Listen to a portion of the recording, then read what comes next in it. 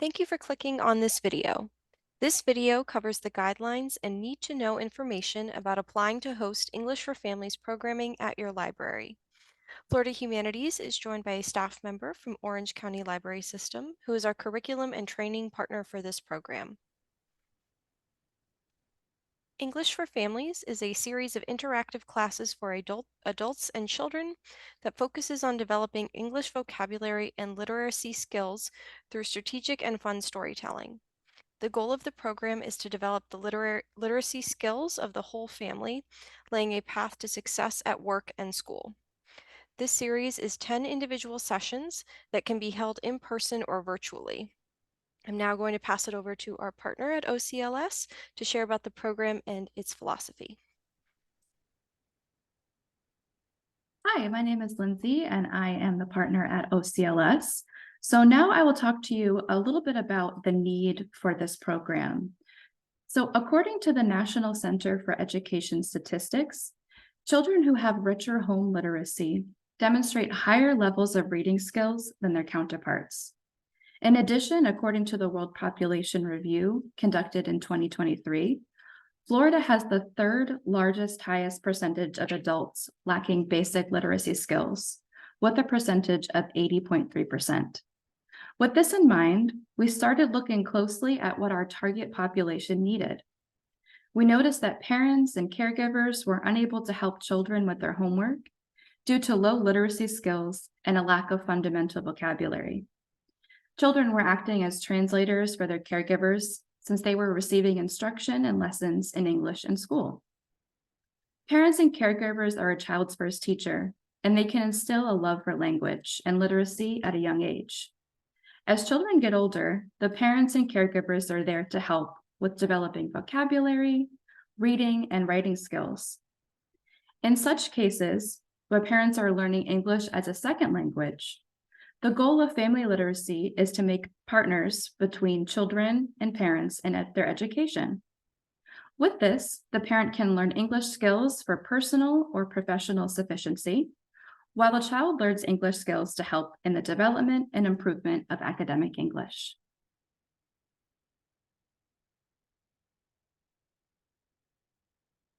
The philosophy behind English for Families is the mutual literacy benefits for children and parents or caregivers. After noticing these major gaps between the parents and between the parents and caregivers and their students, this was kind of where we started to plant the seeds for this program. Research shows that parental involvement in their child's literacy is a more powerful force than other family backgrounds, such as social class, family size, and level of education. Additionally, explicit instruction of different reading strategies in the second language helps improve reading comprehension, which is why we put so much emphasis on the reading strategies as a guiding force for this program. This program focuses on a variety of reading strategies that can be selected to address the specific needs of the participants in that area.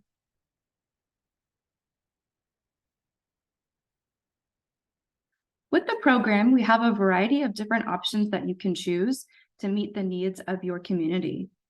We can go for once a week for 10 weeks, which we would have a 1-hour session.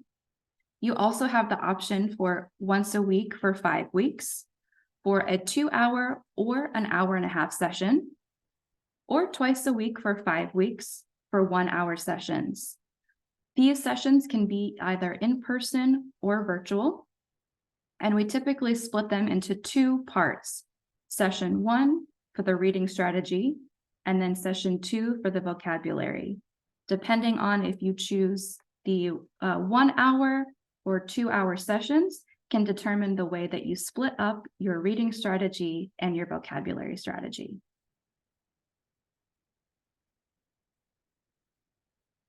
There are a total of 12 different reading strategies that are included in the English for Families series, such as bubble map, cause and effect, activating prior knowledge, and making inferences, just to name a few. Each reading strategy is equipped with a lesson plan, PowerPoint presentation, and an activity to reinforce the reading strategy that was taught. Not all strategies need to be taught during the program. Instructors may choose which strategies they would like to teach based on the needs of the participants. Additionally, some instructors opt to repeat a reading strategy more than once in a cycle to solidify the use of it. Similarly, this can be also applied to the vocabulary component of the program. The first part came to be with the idea of health and financial literacy at the forefront, but over time we have expanded this section to include a wide variety of vocabulary bundles, such as health literacy, financial, work, food, travel, and recreational literacy. Instructors can select their vocabulary focus to meet the needs of their participants and to complement the reading strategies they are using.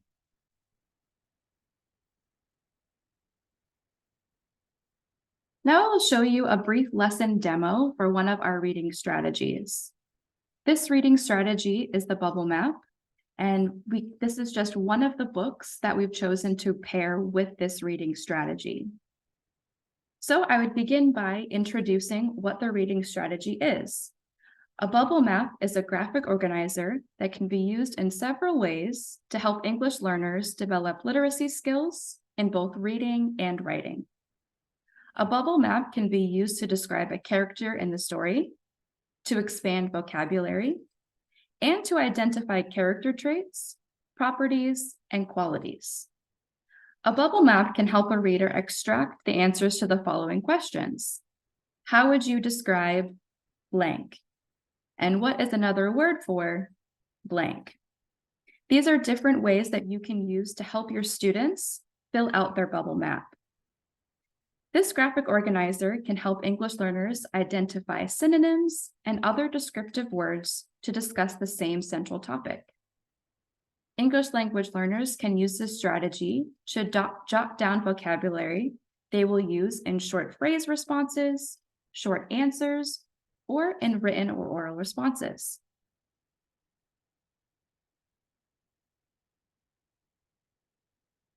Then I would give a little bit more information about exactly what I might include in a bubble map. So a bubble map features a noun in a bubble in the center and adjectives that are surrounding this. Nouns are words that name people, places, things, events, and ideas. And adjectives are words that describe or modify nouns. Adjectives tell us more about the nouns.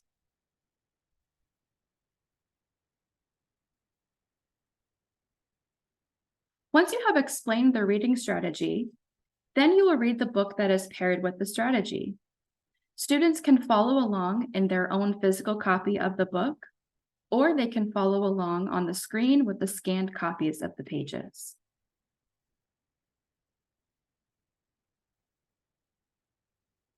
Now that you have shown the example of the bubble map and read the story, now you can apply the strategy to the story that you are working on.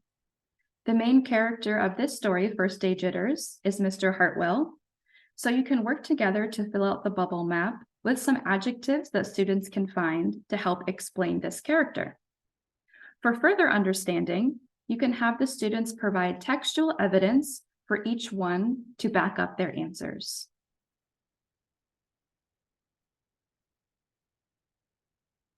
Finally, once you have completed the story and the bubble map, it's a good idea to also do some vocabulary review just to check the understanding.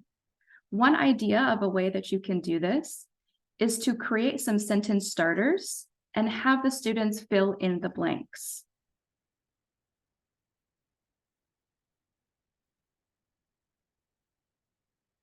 Finally, each instructor will have access to the self-paced virtual training site, which provides the lesson plans, PowerPoints, activities, recommended book list, marketing templates, and a companion handout.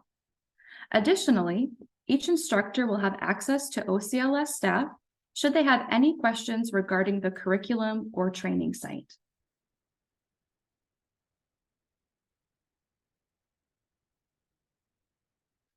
When you are deciding if you want to bring this program to your library, There are a few things to consider. First, what does your community need? Second, who will teach the series? Do you have someone already a part of your library staff, or do you need to bring somebody from the outside to come in and help? How much time can you commit? And what equipment or supplies do you need?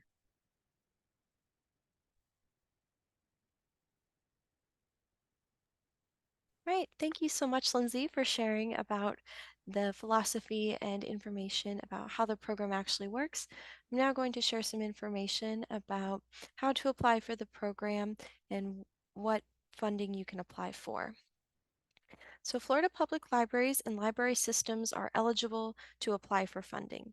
A Friends Group, Library Association, Foundation, city or county government, or municipality may apply on behalf of a library or library system. Individual branches are encouraged to apply through their city or county library system, but may apply independently. Individuals, for-profit organizations, foreign governments and organizations, and fiscal sponsors are ineligible to apply. Up to 4 libraries will be selected for the 2024-2025 cycle. Applications are due by Wednesday, June 12th, 2024 at 12 p.m. Eastern Standard Time. Libraries will be notified of their funding status the week of July 1st, 2024. You can apply for up to $8,000 of support. Funding will be distributed in 2 payments, and all programs must occur between July 15th, 2024 through May 31st, 2025. The application consists of a narrative section and a budget section. There are 5 required narrative responses encompassing the need for the program in your community, current literacy programming held for all ages at your library, personnel who will host and participate in the program, how you will market the program to the public, and which format you will be hosting programming in. As stated before, programs can occur in person or virtually and be held once a week for 10 weeks or twice a week for 5 weeks, totaling 10 sessions.